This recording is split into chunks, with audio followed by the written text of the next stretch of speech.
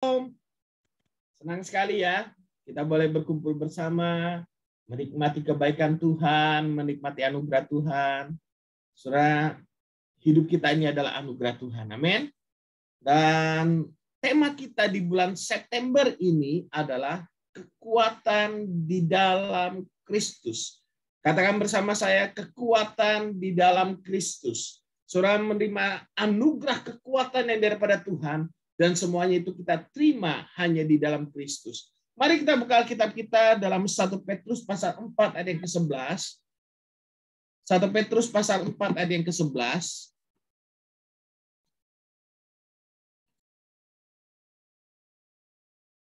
Oke, 1 Petrus pasal 4 ayat yang ke-11. Dikatakan seperti ini. Jika ada orang yang berbicara, baiklah ia berbicara sebagai orang yang menyampaikan firman Allah.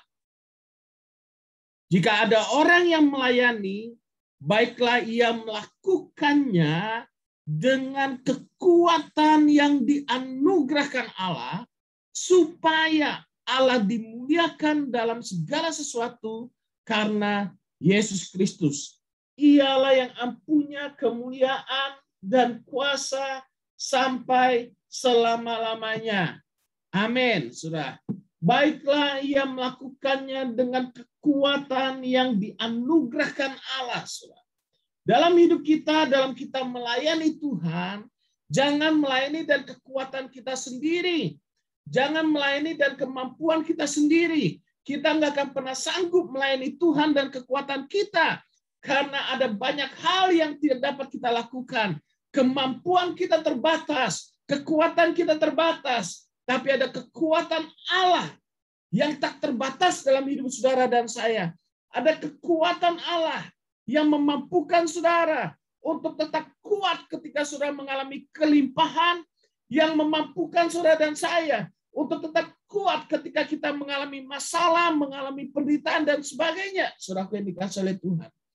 Saudaraku yang dikasihi oleh Tuhan, seorang yang kuat dilihat pada saat dia menerima beban dalam hidupnya, pada saat dia mengalami masalah dalam hidupnya, pada saat dia mengalami tekanan dalam hidupnya, pada saat dia mengalami penderitaan yang bukan karena kesalahan dia, namun dia tetap dapat berdiri teguh dalam Tuhan, dia adalah seorang yang kuat.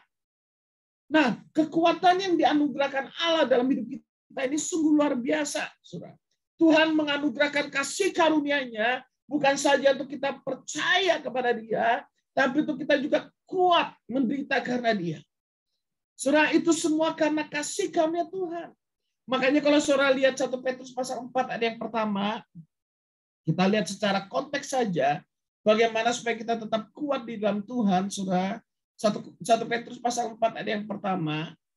Jadi karena Kristus telah menderita penderitaan badani, kamu pun harus juga mempersenjatai dirimu dengan pikiran yang demikian. Karena barang siapa telah menderita penderitaan badani, ia telah berhenti berbuat dosa. Dan ayat yang kedua, supaya waktu yang sisa, jangan kamu pergunakan menurut keinginan manusia, tetapi menurut kehendak Allah.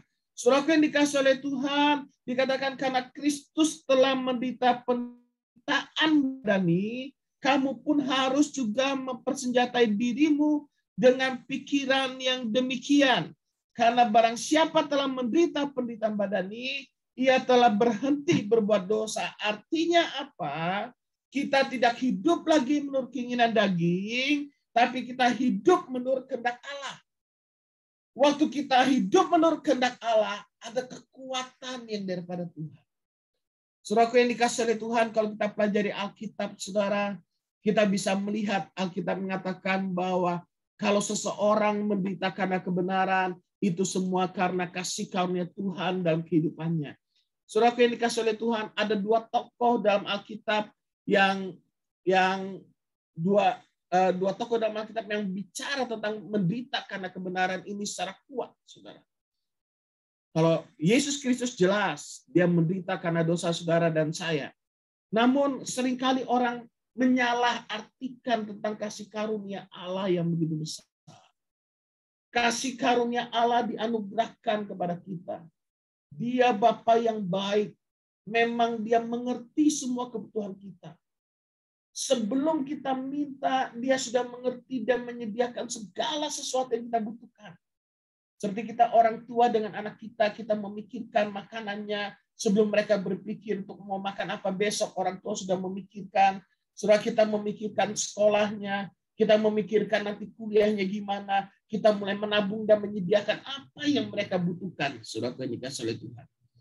Demikianlah Bapa di surga sebaik itu.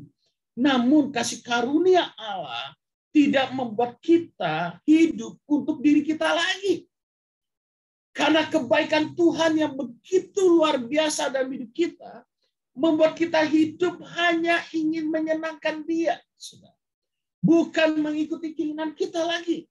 Makanya Rasul Paulus menasihati jemaat di Filipi berkata, hendaklah kamu dalam hidupmu bersama menaruh pikiran dan perasaan yang terdapat juga dalam Kristus Yesus. Menaruh pikiran dan perasaan. Kita harus mengenakan pikiran yang demikian, yaitu pikiran karena Kristus telah menderita penderitaan badani. Kristus tidak berdosa, Kristus tidak bersalah, tapi dia dapat mengalami penderitaan secara badani. Demikian pula dengan kita. Kasih karunia Allah bukan hanya bicara tentang berkat, tapi kasih karunia Allah juga berbicara tentang kemampuan untuk menderita di tengah, untuk kita tetap hidup benar di tengah-tengah penderitaan. Itu semua karena kasih karunia Allah. Kalau saudara perhatikan 1 Petrus pasal 2 ayat yang ke-19, 1 Petrus pasal 2 ayat yang ke-19, sebab adalah kasih karunia jika seorang karena sadar akan kehendak Allah, waktu seseorang hidup sesuai dengan kehendak Allah, menanggung penderitaan yang tidak harus ia tanggung. Karena dia hidup dalam kehendak Allah, dia hidup dalam panggilan Tuhan, dia menanggung penderitaan yang tidak harus ia tanggung. Sebab dapatkah disebut pujian jika kamu menderita pukulan karena kamu berbuat dosa. Tetapi jika kamu berbuat baik dan karena itu kamu harus menderita, maka itu adalah kasih karunia pada Allah. Di sini tidak dikatakan bahwa menderita karena berbuat dosa, tapi menderita karena kehendak Allah, hidup dalam panggilan Tuhan, hidup dalam kehendak Allah. Kalau saudara hidup dalam kehendak Allah, hidup benar, lalu datang masalah, datang penderitaan karena saudara berbuat yang benar, itu semua adalah kasih karunia Allah. Saudara, 1 Petrus pasal 3 yang ke-13, kita lihat beberapa ayat yang dinyatakan oleh Petrus tentang menderita karena kebenaran ini, saudara. 1 Petrus pasal 3 ayat yang ke-13 dikatakan, dan siapakah yang akan berbuat jahat terhadap kamu jika kamu rajin berbuat baik? Tetapi sekalipun kamu harus menderita juga karena kebenaran, kamu akan berbahagia. Dikatakan kamu akan berbahagia. Sebab itu janganlah kamu takuti apa yang mereka takuti dan janganlah gentar. Saudara. Kalau kita menderita karena kebenaran, kamu akan berbahagia. Kebahagiaan itu ada dalam. Bahagia itu karena hidup benar. Karena ada anugerah Allah dalam hidup kita. Ayat yang ke-17. Loncat saja, saudara. Saya ingin mengambil beberapa titik poin terlebih dahulu untuk sebagai pengantar renungan kita pada hari ini. Sebab lebih baik menderita karena berbuat baik, jika hal itu dikehendaki Allah, daripada menderita karena berbuat jahat. Lebih baik menderita karena berbuat baik, daripada menderita karena berbuat jahat. Kita lihat lagi apa yang dinyatakan Petrus. 1 Petrus 4 ayat ke-19. 1 Petrus 4 ayat ke-19. Karena itu, baiklah juga mereka yang harus menderita karena kehendak Allah, menyerahkan jiwanya dengan selalu berbuat baik kepada Pencipta yang setia. Mereka yang menderita karena kehendak Allah menyerahkan jiwanya, menyerahkan nyawanya, saudara. dengan selalu berbuat baik kepada pencipta yang setia. Loncat lagi 1 Petrus pasal 5 ayat yang ke-10. Kita lihat dalam terjemahan sederhana Indonesia. Biar cepat, Saudara. 1 Petrus pasal 5 ayat yang ke-10. Dalam terjemahan sederhana Indonesia dikatakan begini. Memang penderitaan yang kita alami sekarang ini hanya untuk sementara saja. Kita ingat kalau kita hidup benar, kita melayani Tuhan, dan mengalami penderitaan, mengalami fitnahan, mengalami penganiayaan, itu hanya sementara saja. Tetapi karena Allah selalu sangat baik hati, Dia sudah memanggil kita melalui Kristus untuk ikut ambil bagian dalam kemuliaannya untuk selama-lamanya. Sesudah kita menderita untuk sementara waktu saja, Dia sendiri akan menolong, menguatkan, memulihkan, dan memberikan semangat yang baru kepada kita. Jadi untuk kita tetap kuat, Tuhanlah yang menolong kita. Tuhanlah yang menguatkan kita. Tuhanlah yang memulihkan kita. Dan yang memberikan semangat yang baru kepada kita. Jadi bukan karena kita hebat dan baik, tapi semua karena kasih karunia Tuhan. Oleh karena itu, saudaraku yang dikasihi oleh Tuhan, tema renungan kita pada sore hari ini, saya beri tema tetap kuat di tengah-tengah penderitaan. Saya ulang, tetap kuat di tengah-tengah penderitaan. Di tengah-tengah masalah yang kita alami, tetap kuat di dalamnya. Saudara, seringkali kita mengalami masalah, kadang kita berkata, aduh masalah satu barusan selesai, datang lagi masalah lain. Kok rasanya nggak selesai-selesai ini masalah. Kalau kita mengalami masalah, bersyukurlah, itu tandanya kita masih hidup gitu ya. Kita masih hidup di dunia ini maksudnya. Saudara, nanti ada saatnya, tidak ada air mata, tidak ada sakit penyakit ketika kita bersama-sama dengan Tuhan. Sebagian orang juga berkata, aduh masalahku bertubi-tubi, sekali datang langsung sekaligus. Masalah terlalu berat, masalah ini membuat aku nggak kuat menghadapinya dan sebagainya. Tapi hari ini ada kabar baik buat setiap kita. Ada anugerah Allah yang memberikan kita kekuatan di dalam Kristus, yang memampukan kita untuk tetap kuat dalam segala keadaan. Untuk tetap kuat dalam segala keadaan. Katakan bersama saya tetap kuat dalam segala keadaan karena anugerah Tuhan. Waktu kelimpahan saudara tetap kuat. Waktu mengalami masalah yang bertubi-tubi, waktu mengalami jalan buntu, kita tetap kuat karena ada Tuhan yang menyertai kita. Saudaraku yang dikasihi oleh Tuhan, kita lihat tentunya kita tahu pencobaan yang kita alami adalah pencobaan biasa. Kita lihat 1 Korintus 10 ayat yang ke-13. 1 Korintus pasal 10 ayat yang ke-13, mari kita lihat bersama. 1 Korintus 10 ayat 13 dikatakan begini. Pencobaan-pencobaan yang kamu alami ialah pencobaan-pencobaan biasa. Saudara perhatikan, pencobaan biasa yang tidak melebihi kekuatan manusia. Allah setia. Garis bawah ini, Allah itu setia. Di ayat lain dikatakan, sekalipun kita tidak setia, Dia tetap setia. Kalau Dia berjanji menyertai saudara sampai selama-lamanya, maka Dia pasti menyertai saudara sampai selama-lamanya. Amin. Sebab Allah setia. Dan karena itu Ia tidak membiarkan kamu dicobai melampaui kekuatanmu. Pada waktu kamu dicobai, Ia akan memberikan kepadamu apa?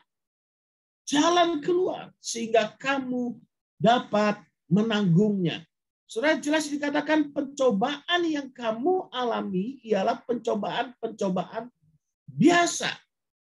Katakan bersama saya, pencobaan biasa saja kok dalam hidup ini. Jangan terlalu dibesar-besarkan. Yang tidak melebihi kekuatan kita, saudaraku. Tidak akan melebihi kekuatan kita. Sebab Allah setia, dan karena itu Ia tidak membiarkan kita dicobai melampaui kekuatan kita. Dia tahu batas kemampuan kita. Dia tahu kelemahan kita. Dia tahu kita bakalan kuat atau tidak. Tapi ingat, waktu kita tidak mampu, Alkitab mencatat, pada waktu kamu dicobai, Ia, Tuhan sendiri, akan memberikan kepadamu jalan keluar, sehingga kamu dapat menanggungnya. Saudara, mari kita lihat konteks ayat ini. Pencobaan yang dimaksudkan, pencobaannya ini apa? Pencobaan siapa yang dikatakan? Pencobaan yang biasa. Mari kita lihat ayat yang pertama. 1 Korintus 10 ayat yang pertama.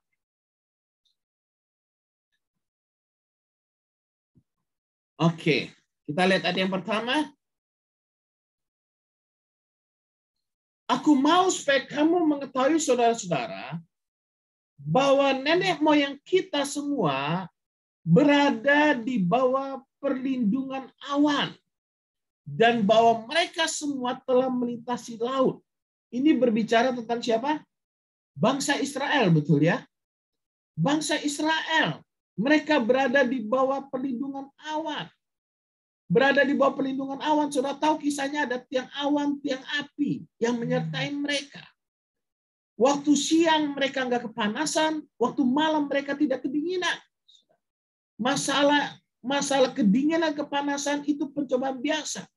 Bahwa mereka telah melintasi laut untuk menjadi pengikut Musa, mereka semua telah dibaptis dalam awan dan dalam laut. Mereka semua makan makanan rohani yang sama. Dan mereka semua minum minuman rohani yang sama. Sebab mereka minum dari batu karang rohani yang mengikuti mereka, dan batu karang itu ialah Kristus. Luar biasa, saudara. Tetapi sungguh pun demikian, Allah tidak berkenan pada bagian yang terbesar dari mereka, karena mereka ditewaskan di padang gurun. Saudara yang dikasih oleh Tuhan, kita tentu mengerti kenapa mereka ditewaskan di padang gurun, saudara. Karena ketika mereka mengalami pencobaan, mereka bersungut-sungut, mereka selalu mengalami ketidakpuasan karena keinginan daging telah menguasai mereka, saudara yang dikasih oleh Tuhan. Tapi bukan itu yang menjadi zoom saya. Yang menjadi zoom saya adalah ketika mereka mengalami masalah, Alkitab mencatat itu hanyalah pencobaan biasa. Itu hanyalah pencobaan biasa. Tentunya kita tahu bagaimana Tuhan membuat mujizat dengan 10 tulah ketika mereka mengeluarkan bangsa Israel dari perbudakan bangsa Mesir, betul ya? Ada tulah yang menimpa Mesir sehingga bangsa Israel boleh dibebaskan dan keluar dari perbudakan bangsa Mesir. Nah, mari kita lihat sebentar Keluaran pasal yang ke-14. Keluaran pasal 14 ayat yang ke-12. Mari kita lihat Keluaran pasal 14 ayat yang ke-12.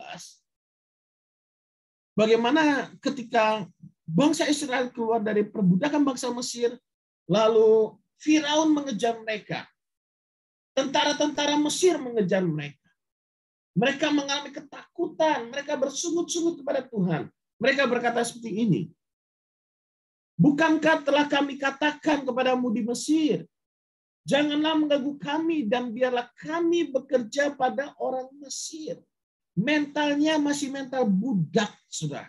Padahal mereka sudah dibebaskan dari perbudakan, tapi mentalnya masih mental budak. Ini dia yang banyak terjadi. Sebab lebih baik bagi kami untuk bekerja pada orang Mesir daripada mati di padang gurun ini.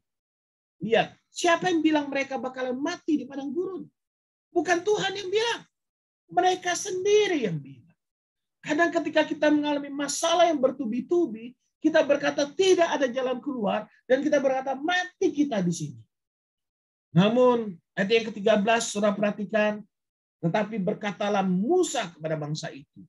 Apa yang dikatakan Musa? Janganlah takut, berdirilah tetap dan lihatlah keselamatan dari Tuhan. Janganlah takut ketika saudara mengalami masalah sebanyak dan seberat apapun.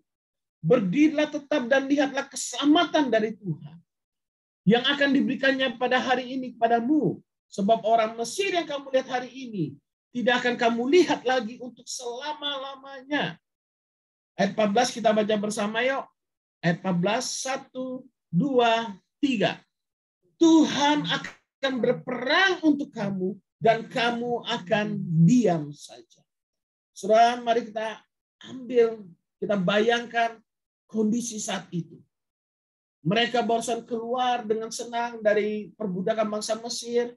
Saudara, tiba-tiba mereka mendengar ada derap langkah kuda yang begitu banyak. Ada tentara Mesir yang mengejar mereka. Ada Firaun yang mengejar mereka dan ingin membunuh mereka.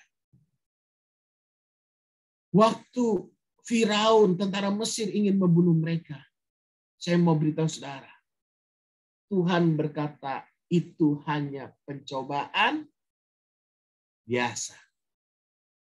Kalau ada yang ingin membunuh saudara, ada orang yang ingin menjatuhkan saudara, ada orang yang ingin menyerang saudara dengan caranya yang bagaimanapun, ingat, itu hanya pencobaan biasa. Saudaraku yang dikasihi oleh Tuhan, kalau dilihat dari kekuatan manusia, tentu bangsa Israel kalah. Mereka adalah budak. Mereka selama ini dijajah. Mereka tidak pernah dilatih perang. Sementara tentara-tentara Mesir, tentaranya Firaun, itu tentara yang gagah perkasa pada zaman itu yang sudah dilatih perang. Makanya mereka bisa memperbudak bangsa Israel. Kalau bukan Tuhan yang membela bangsa Israel, mereka tidak akan pernah dapat keluar dari perbudakan. Tapi Alkitab jelas mencatat, ketika ada yang mengancam mereka, ketika tidak ada jalan keluar, Alkitab mencatat itu hanyalah pencobaan biasa yang tidak melebihi kekuatanmu. Makanya di ayat 14 dikatakan Tuhan akan berperang untuk kamu. Dan kamu akan diam saja. Yang jadi masalah, kita nggak mau diam, saudara. Kita maunya kita yang berperang. Makanya ingat, kekuatan kita itu ada di dalam Kristus yang sudah dianugerahkan oleh Kristus. Kristus telah berperang bagi saudara. Kristus menganugerahkan keselamatan bagi saudara dan saya. Kristus menganugerahkan kemenangan bagi saudara dan saya. Dia sudah memberikan firman-Nya. Semua rahasia kehidupan manusia ada dalam firman Kristus. Semakin saya mempelajari firman, semakin saya melihat secara keseluruhan, semakin saya terkagum-kagum. Apapun yang saudara perlukan, jawabannya ada dalam Alkitab. Masalah kesehatan, masalah ekonomi, masalah keluarga, masalah problem emosional, ada fitnahan, ada serangan, ada ancaman, masalah penderitaan, masalah diberkati berkelimpahan, bagaimana supaya kita tetap kuat. Itu semua sudah ada dalam firman Kristus. Saudara yang dikasihi oleh Tuhan, sungguh luar biasa anugerah Tuhan dalam hidup saudara. Dia bukan hanya menganugerahkan firman-Nya kepada kita, tapi dia anugerahkan Roh Kudus-Nya untuk memimpin kita, untuk membukakan kebenaran demi kebenaran. Kita seharusnya tinggal diam saja, tinggal ngikut saja apa maunya Tuhan. Tuhan suruh diam, ya diam. Jangan ngotot untuk berperang. Tuhan yang berperang ganti kita. Bangsa Israel, saudaraku yang dikasihi oleh Tuhan, Tuhan berperang bagi mereka dan mereka diam saja. Makanya dalam Roma 8 ayat 31 dikatakan, sebab itu apa yang akan kita katakan tentang semuanya itu? Jika Allah di pihak kita, siapakah yang akan melawan kita? Saya ulang, jika Allah di pihak kita, siapa yang akan melawan kita? Bangsa Israel paham betul tentang ayat ini. Mereka mengerti bagaimana waktu saudara kalau pelajari dalam Alkitab saudara, bagaimana mereka di padang gurun, bagaimana mereka berperang melawan bangsa-bangsa yang besar, bagaimana Allah berperang bagi mereka. Saudara, mereka tahu jika Allah di pihak mereka, tidak ada yang dapat melawan mereka. Demikian pula dalam hidup kita. Allah berada di pihak kita. Itu yang perlu kita sadari. Allah menyertai setiap kita. Ada kasih karunia-Nya yang dianugerahkan pada kita. Ada kekuatan yang dianugerahkan pada kita. Saudaraku yang dikasihi oleh Tuhan, ketika bangsa Israel dikejar oleh Mesir, saudaraku yang dikasihi oleh Tuhan, mereka menemukan jalan buntu. Di depan laut Teberau. Noleh ke belakang, mereka melihat Mesir, musuh yang menyerang mereka. Ketika mereka menemukan jalan buntu, Allah berkata, itu hanya pencobaan biasa. Saudara, jadi saudara bisa paham konteks 1 Korintus 13 ini? Ketika enggak ada jalan, firman Allah berkata itu hanya pencobaan biasa. Di depan laut, di belakang musuh, tidak ada jalan keluar, namun pandanglah ke atas, pertolongan kita datangnya dari Tuhan. Amin. Ada anugerah Allah yang akan berperang bagi saudara dan saya. Ada penyertaan Tuhan. Kita lemah, kita terbatas. Tapi Tuhan kita tak terbatas. Amin. Ada kekuatan dalam Tuhan. Makanya tetaplah kuat di tengah-tengah penderitaan. Keluaran pasal 14 ayat yang ke-16, mari kita lihat. Keluaran pasal 14 ayat yang ke-16. Tuhan berkata kepada Musa begini. Dan engkau angkatlah tongkatmu dan ulurkanlah tanganmu ke atas laut dan belalah airnya. Sehingga orang Israel akan berjalan di tengah-tengah laut di tempat kering. Saudara perhatikan ketika saudara menemukan jalan buntu, saudara perhatikan Musa mendengar suara Tuhan. Musa duduk diam dan mendengar suara Tuhan. Seringkali ketika kita mengalami masalah, kita nggak mau diam. Kita nggak mau duduk dengar suara Tuhan. Kita nggak mau minta pimpinan Tuhan. Sehingga kita nggak tahu apa yang harus kita lakukan. Musa mendengar suara Tuhan. Dan Tuhan berkata, angkatlah tongkatmu dan ulurkanlah tanganmu ke atas laut. Dan belahlah airnya. Logika, tongkat mana bisa membelah air? Logika, tongkat mana bisa membelah laut? Tapi karena Musa mendengar suara Tuhan dan dia taat, laut pun harus terbelah. Makanya dikatakan pencobaan yang kita alami ialah pencobaan biasa yang tidak melebihi kekuatan kita. Mengulurkan tongkat ke laut, manusia bisa. Tuhan beri perintah di sana. Kita taat saja. Dan ketika kita taat, lihat apa yang terjadi. Tuhan yang berperang bagi kita. Amin. Jadi masalah sebesar dan seberat apapun, sadari.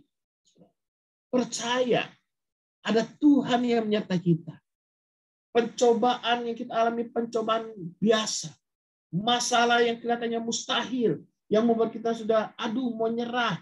Menemukan jalan buntu. Ingat, ada Tuhan yang berperang bagi saudara dan saya. Dengar suara Tuhan. Duduk diam di bawah kaki Tuhan. Bukan hanya ketika ada masalah, ketika seorang mengalami kelimpahan juga, duduk diam dengar di bawah kaki Tuhan. New Life sudah berusaha untuk memperlengkapi setiap kita, baik lewat doa pagi, doa malam, NLC, FC, pemuritan, ibadah pagi, ibadah sore, sekolah minggu, saudara. Semuanya dilakukan bukan karena kami nganggur. Tapi karena saya percaya ada kebaikan Tuhan dalam hidup saudara dan saya. Dia mau saudara dan saya memprioritaskan dia duduk diam, dengar firman Tuhan, dan hidup taat kepada Tuhan. Maka saudara akan melihat semua pencobaan yang kita alami adalah pencobaan yang biasa saja. Saudara yang dikasihi oleh Tuhan, kembali Keluaran 14 ayat yang ke-19. Keluaran 14 ayat yang ke-19, setelah Musa mendengar suara Tuhan, saudara, dan mengetahui apa yang harus ia lakukan, ayat yang ke-19, kemudian bergeraklah malaikat Allah yang tadinya berjalan di depan tentara Israel, lalu berjalan di belakang mereka. Dan tiang awan itu bergerak dari depan, lalu depan mereka, lalu berdiri di belakang mereka. Demikianlah tiang itu berdiri di antara orang-orang Mesir dan tentara orang Israel. Dan oleh karena awan itu menimbulkan kegelapan, saudara, maka malam itu lewat sehingga yang satu tidak dapat mendekati yang lain malaman itu.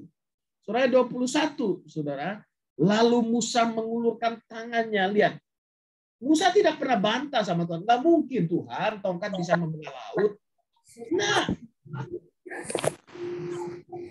Lalu Musa mengulurkan tangannya ke atas laut, dan semalam-malaman itu Tuhan menguakkan air laut dengan perantaran angin timur yang keras, membuat laut itu menjadi tanah kering.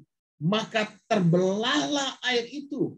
Demikianlah orang Israel berjalan di tengah-tengah laut di tempat kering, sedang di kiri dan di kanan mereka air itu sebagai tembok bagi mereka. Kita bisa melihat ketika ada musuh mengancam kita, mau membunuh kita, firman Tuhan berkata, itu pencobaan biasa. Ketika jalan buntu, tidak ada jalan keluar, itu pencobaan biasa. Dan saya mau beritahu saudara, laut pun harus terbelah demi bangsa pilihan bisa berjalan. Saudara bisa melihat bagaimana perjalanan bangsa Israel. Ada banyak kisah di sana yang bisa kita angkat, saudaraku. Ketika mereka kelaparan, Tuhan beri makan mana. Jadi kelaparan pun tidak ada makanan di padang gurun, saudara. Padang gurun itu kalau panas-panas luar biasa, dingin-dingin luar biasa, saudara. Alkitab mencatat itu pun pencobaan biasa. Tuhan sanggup menurunkan mana dari surga buat sekitar 3 juta orang untuk bisa makan. Ketika mereka bersungut-sungut ingin makan daging, saudara, Tuhan sanggup mengirimkan burung puyuh untuk mereka. Di mana peternakan yang bisa menghasilkan 3 juta? Sekitar 3 juta burung puyuh untuk makan 3 juta orang. Saudara, kelaparan, kehausan, itu Alkitab mencatat pencobaan biasa. Makanya kita perlu mendengar suara Tuhan melalui firman-Nya.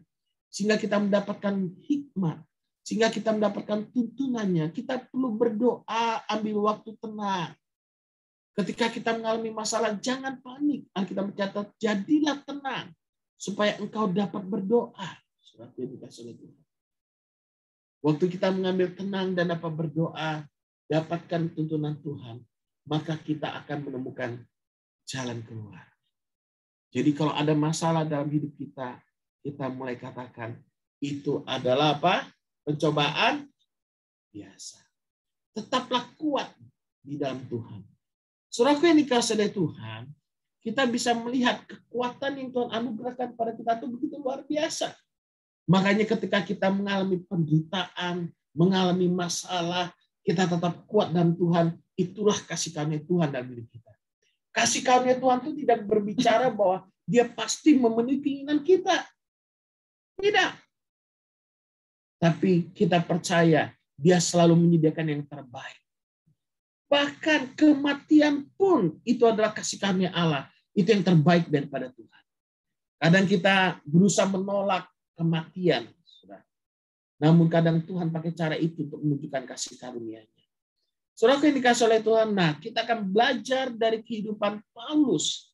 Bagaimana ia tetap kuat di dalam penderitaan, di tengah-tengah penderitaan. Saudara yang dikasih oleh Tuhan. Kisah Rasul pasal 20 ayat yang ke-22. Kisah Rasul pasal 20 ayat yang ke-22. Kita akan pelajari 4 hal saat ini supaya kita tetap kuat di tengah-tengah penderitaan.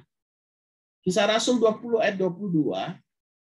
Tetapi sekarang sebagai tawanan roh, aku pergi ke Yerusalem dan aku tidak tahu apa yang akan terjadi atas diriku di situ.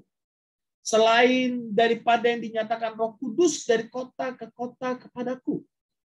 Bahwa penjara dan sengsara menunggu aku. Tetapi aku tidak menghiraukan nyawaku sedikit pun. Asal saja aku dapat mencapai garis akhir dan menyelesaikan pelayanan yang ditugaskan oleh Tuhan Yesus kepadaku untuk memberi kesaksian tentang Injil kasih karunia Allah.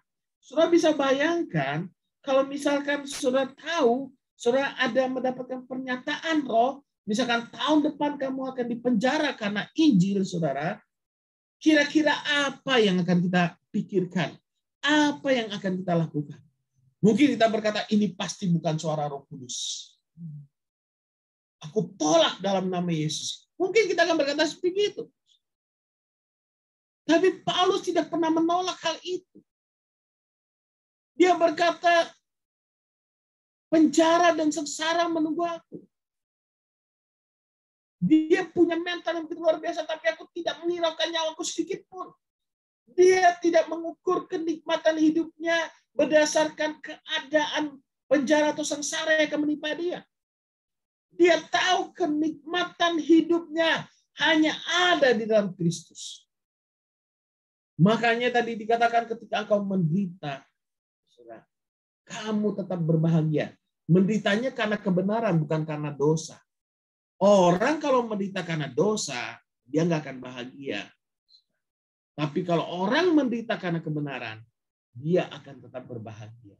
Nah, saudara yang dikasih oleh Tuhan, kita akan pelajari 4 hal saat ini. Apa yang dimiliki oleh Paulus, sehingga dia tetap kuat di tengah-tengah penderitaan.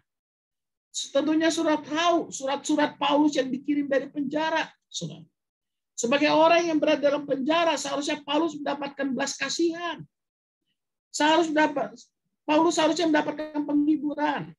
Kalau mungkin zaman sekarang, bro, tetap kuat ya bro. Tetap berdiri teguh dalam Tuhan. Ketika di dalam penjara, betul ya. Jangan pernah menyerah. Tapi Paulus tidak mendapatkan penghiburan seperti itu. Justru dia dari dalam penjara menghibur jemaat, menasihati jemaat. Jadilah kuat oleh kasih karunia Allah, dikatakan. Dia menguatkan jemaat untuk tetap setia. Saudara. Kalau kita dalam keadaan diberkati, kita mudah berkata, tetap setia ya, pada mereka yang mengalami masalah. Tapi Paulus sedang dalam penjara, dia menasihati jemaat untuk tetap setia dan tidak pernah menyerah.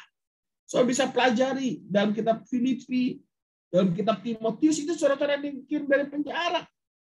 Makanya dia berkata kepada jemaat di Filipi, bersukacitalah. Sekali lagi kukatakan bersukacitalah. Itu dia katakan dari dalam penjara, tempat yang tidak enak. Tempat di mana dia mengalami penderitaan secara daging karena memberitakan Injil. Saudara, luar biasa. Waktu saya merenungkan kebenaran ini, saya menemukan di mana hati Paulus itu hanya tertuju pada Tuhan.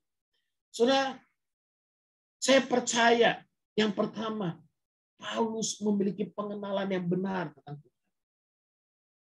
Kalau kita mau tetap kuat di tengah-tengah penderitaan, kita harus mengenal dia dengan benar. Banyak orang salah mengenal. Banyak orang menciptakan Tuhan sendiri, dan bahkan itu bertentangan dengan Alkitab. Tapi kalau kita mau mengenal Tuhan dengan benar, kenali dia dari firman Kristus. Kenali dia dari Alkitab, saudara. Jangan ngotot dengan pemikiran kita. Apa yang Alkitab katakan, itu yang kita percayai. Bukan berdasarkan hasil pemikiran kita, bukan hasil berdasarkan filsafat yang ada di sekitar kita, tapi berdasarkan firman Kristus, saudaraku. Apa yang Alkitab katakan, itu yang kita percayai. Saudaraku, makanya dalam Filipi 3 ayat 10, Paulus berkata begini, yang ku kehendaki ialah mengenal dia dan kuasa kebangkitannya. Itulah yang Paulus kejar, saudara. Dan persekutuan dalam penderitaannya, itulah yang Paulus kehendaki, saudara.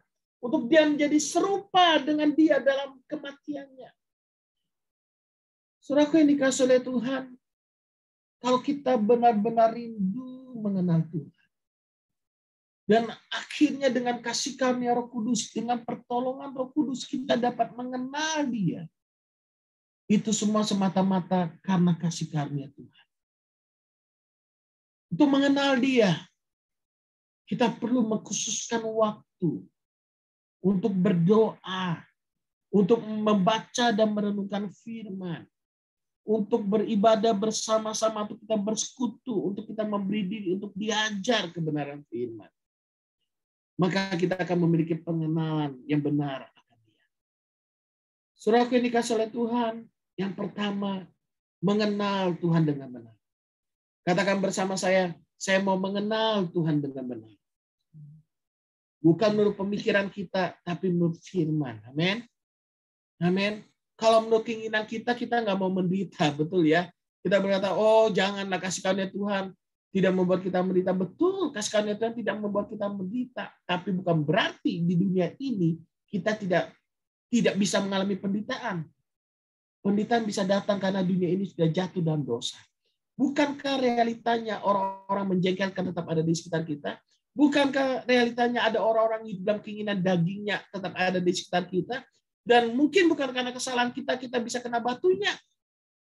Mungkin ada orang-orang yang berusaha menjatuhkan kita, orang-orang yang berusaha memfitnah kita dan menyerang kita. Tapi kalau kita mengerti kebenaran, kita akan tetap kuat di tengah-tengah ketidakadilan. Amin. Di tengah-tengah penderitaan. Apalagi kalau kita pergi ke negara yang di daerahnya di mana ibadah begitu dilarang, dengan susahnya, saudara, Alkitab susah dapatkan, orang-orang Kristen dianiaya, jemaat mula-mula mengalami itu semua, saudara. Saudara yang dikasihi oleh Tuhan, kita harus tetap kuat dalam segala keadaan. Amin. Dalam segala keadaan kelimpahan maupun kekurangan, maupun dalam masalah dan penderitaan, tetap beriman kepada Kristus, berdiri teguh, hidup benar, berbuat baik, berbuat benar. Tetap maka kita akan melihat kemuliaan Tuhan. Yang kedua, yang saya percaya kita kembali ke Kisah Rasul 20, ayat yang ke-24 tadi. Yang pertama adalah mengenal dia dengan benar, itulah kerinduan Rasul Paulus dalam kehidupannya. Yang kedua, Kisah Rasul 20 ayat yang ke-24, tetapi aku tidak menghiraukan nyawaku sedikit pun, asal saja aku dapat mencapai garis akhir dan menyelesaikan pelayanan yang ditugaskan oleh Tuhan Yesus kepadaku untuk memberi kesaksian tentang Injil kasih karunia Allah. Aku tidak menghiraukan nyawaku sedikit pun. Yang kedua, saya percaya Paulus benar-benar mengalami kasih Tuhan dalam hidupnya. Orang yang mengalami kasih, orang yang hatinya dipenuhi kasih, dia akan rela berkorban demi orang yang dia cintai. Kalau orang jatuh cinta, dia akan rela menikah dengan orang tersebut, betul ya? Dengan segala sesuatu dia serahkan semuanya. Paulus rela berkorban karena dia menyadari betapa besar kasih karunia Allah dalam kehidupannya. Kalau saudara perhatikan 1 Timotius 1 ayat yang ke-16, 1 Timotius 1 ayat yang ke-16, mari kita lihat bersama sebentar. 1 Timotius 1 ayat yang ke-16, dia benar-benar menyadari bahwa dia adalah orang berdosa.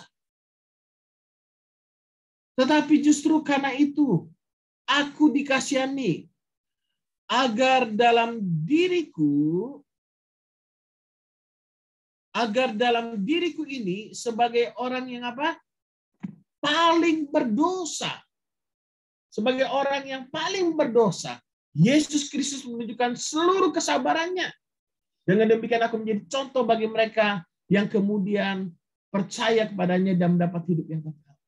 Kalau sudah perhatikan, Paulus merasa dirinya orang paling berdosa karena kerjanya dia dulu menangkapi orang-orang Kristen, menganiaya orang Kristen. Bahkan waktu Stefanus dirajam batu, Paulus ada di sana. Saudaraku yang dikasihi oleh Tuhan. Paulus ada di sana ketika Stefanus dirajam batu. Dia punya otoritas, dia membiarkan hal itu terjadi. Dia merasa dirinya paling berdosa. Makanya ketika seorang mengalami kasih karunia Allah dalam hidupnya, dia enggak akan hidup untuk dirinya lagi. Orang yang benar-benar menyadari betapa besar kasih karunia Allah, dia akan lebih banyak lagi berbuat kasih. Mereka yang banyak diampuni, mereka pula yang akan banyak berbuat kasih. Saudara perhatikan kehidupan Petrus juga begitu, saudara. Petrus menyangkal Yesus 3 kali sebelum yang berkokok 2 kali. Petrus sadar dia adalah orang berdosa, dia menyesal. Namun dia menyadari ada kasih karunia Allah. Makanya kalau saudara perhatikan kehidupan Petrus dan Paulus, Petrus mati disalib terbalik. Dia mau disalib seperti Yesus, dia merasa tidak layak, dia minta untuk disalib terbalik. Paulus, saudaraku, sejarah mencatat dia mati dipenggal di Roma pada zaman Kaisar Nero sekitar tahun 60-an sampai 65. Orang-orang yang mengalami kasih karunia Tuhan tidak pernah takut dengan kematian. Tidak pernah takut dengan penderitaan. Karena hatinya penuh dengan kasih Kristus. Saudara Stefanus yang dirajam batu dapat berkata seperti Yesus, Bapa ampuni mereka. Karena mereka tidak tahu apa yang mereka perbuat. Waktu dirajam batu ada keluar pengampunan. Ini kalau orang tidak mengalami kasih Kristus tidak mungkin terjadi seperti itu. Tidak mungkin Paulus rela berkorban kalau dia tidak mengalami kasih Kristus. Yang pertama, mengenal Tuhan dengan benar. Yang kedua, mengalami kasih Kristus. Katakan bersama saya mau selalu mengalami kasih Kristus. Setiap saat ingat selalu karya salib Kristus. Setiap saat ingat selalu kasih karunia Allah yang begitu besar. Maka saudara dan saya akan tetap kuat, teguh, berdiri kokoh di tengah-tengah masalah dan penderitaan. Yang ketiga, saudara, dalam Kisah Rasul 20 ayat 24 dikatakan, asal saja aku dapat mencapai garis akhir dan menyelesaikan pelayanan yang ditugaskan oleh Tuhan Yesus kepadaku untuk memberi kesaksian tentang Injil kasih karunia Allah. Yang ketiga, saudara, Paulus menghidupi panggilannya. Paulus menghidupi tujuannya. Dia tahu tujuan Allah dalam hidupnya. Dia tahu Allah mau memakai dia untuk memberi kesaksian tentang Injil kasih karunia. Saudaraku yang dikasihi oleh Tuhan, waktu kita menghidupi panggilan Tuhan dalam hidup kita, menyadari anugerah Tuhan yang telah memanggil kita, kita akan tetap kuat dalam segala keadaan. Tapi kalau kita tidak menghidupi panggilan, bahkan panggilan aja kita nggak tahu, kita masih mengeraskan hati, nggak mau taat pada panggilan, kita nggak akan kuat di tengah-tengah penderitaan. Tapi kita akan tetap kuat ketika kita menghidupi panggilan Tuhan dalam hidup kita. Kenapa? Karena mata kita tertuju pada Kristus, pada apa yang Tuhan mau dalam hidup kita, pada panggilan Tuhan dalam hidup kita. Kalau kita sudah terfokus pada Kristus, tidak ada lagi yang bisa menghentikan langkah kita. Apakah itu kesengsaraan, penindasan, dan sebagainya. Tidak ada yang dapat memisahkan kita dari kasih Kristus. Katakan bersama saya mau menghidupi panggilan Tuhan dalam hidup saya. Saya mau menghidupi tujuan Tuhan dalam hidup saya. Kalau saudara dan saya bisa menghidupi panggilan Tuhan, itu semua karena anugerah Tuhan. Amin. Amin. Itulah kekuatan Tuhan dalam hidup saudara dan saya. Mengenal dia dengan benar. Setiap hari terus makin hari makin mengenal dia. Jangan merasa cukup. Jangan merasa sudah tahu. Makanya dalam setiap pemuritan saya berusaha terus menambahkan. Lebih dalam lagi, lebih dalam lagi. Dan Sabtu nanti pemuritan terakhir kita akan membahas sebuah topik yang kontroversi, saudara, tentang Calvinis, tentang tulip. Apakah Alkitab berkata sesuai dengan tulip yang diajarkan? Apakah Tuhan menentukan orang untuk selamat dan binasa dan sebagainya? Kita akan melihat kebenaran demi kebenaran, ayat demi ayat, saudara, sehingga kita mengerti apa maksud Tuhan. Saudaraku yang dikasihi oleh Tuhan, mari mengenal dia dengan benar, mengalami kasih Kristus, menghidupi panggilan kita. Dan yang terakhir, saudaraku yang dikasihi oleh Tuhan, Paulus memiliki hidup yang benar. Hidup yang benar membuat seseorang tetap berdiri teguh dalam Tuhan dan tidak takut terhadap apapun. Kita kembali Kisah Rasul 20, ayat yang ke-26. Ayat ke-26, sebab itu pada hari ini aku bersaksi kepadamu bahwa aku bersih, tidak bersalah terhadap siapapun yang akan binasa. Sebab aku tidak lalai memberitakan seluruh maksud Allah kepadamu. Dia tidak lalai memberitakan maksud Allah. Karena itu, jagalah dirimu dan jagalah seluruh kawanan. Karena kamulah yang ditetapkan Roh Kudus menjadi penilik untuk mengembalakan jemaat Allah yang diperolehnya dengan darah anaknya sendiri. Aku tahu bahwa sesudah aku pergi, serigala-serigala yang ganas akan masuk ke tengah-tengah kamu dan tidak akan menyayangkan kawanan itu. Paulus bertanggung jawab atas tugas yang dipercayakan padanya. Dia memberitakan Injil kasih karunia. Dia berkata, aku bersih. Dia tidak lalai dalam menjalankan tugasnya. Saudara, jangan karena kekerasan hati kita lalai menjalankan tugas kita. Kita memiliki hidup yang benar, hidup yang bersih. Jangan cari-cari alasan yang lain, saudaraku. Sehingga kita tidak melayani Tuhan, tidak ada waktu untuk berdoa, baca firman, bersekutu, dan sebagainya. Dia juga mengingatkan kepada para pemimpin atau gembala untuk menjaga diri dan menjaga kawanan. tanggung jawab. Tanggung jawab. Sebagai gembala yang Tuhan percayakan untuk mengembalakan saudara, saya bertanggung jawab untuk memperhatikan kehidupan rohani saudara. Untuk memperhatikan kehidupan jasmani saudara. Jangan sampai gara-gara hal-hal yang fana, hal yang sementara saudara, kehidupan rohani saudara menjadi error di sana. Makanya kita belajar kebenaran firman. Hari demi hari kita belajar kebenaran firman saudara. Yang terpenting dalam hidup kita, tetaplah hidup benar. Tetaplah berbuat baik sekalipun orang salah mengerti. Sekalipun orang mungkin menyakiti saudara dan saya. Tapi kita tetap percaya. Waktu kita hidup benar dalam Tuhan. Kita akan tetap kuat di tengah-tengah penderitaan.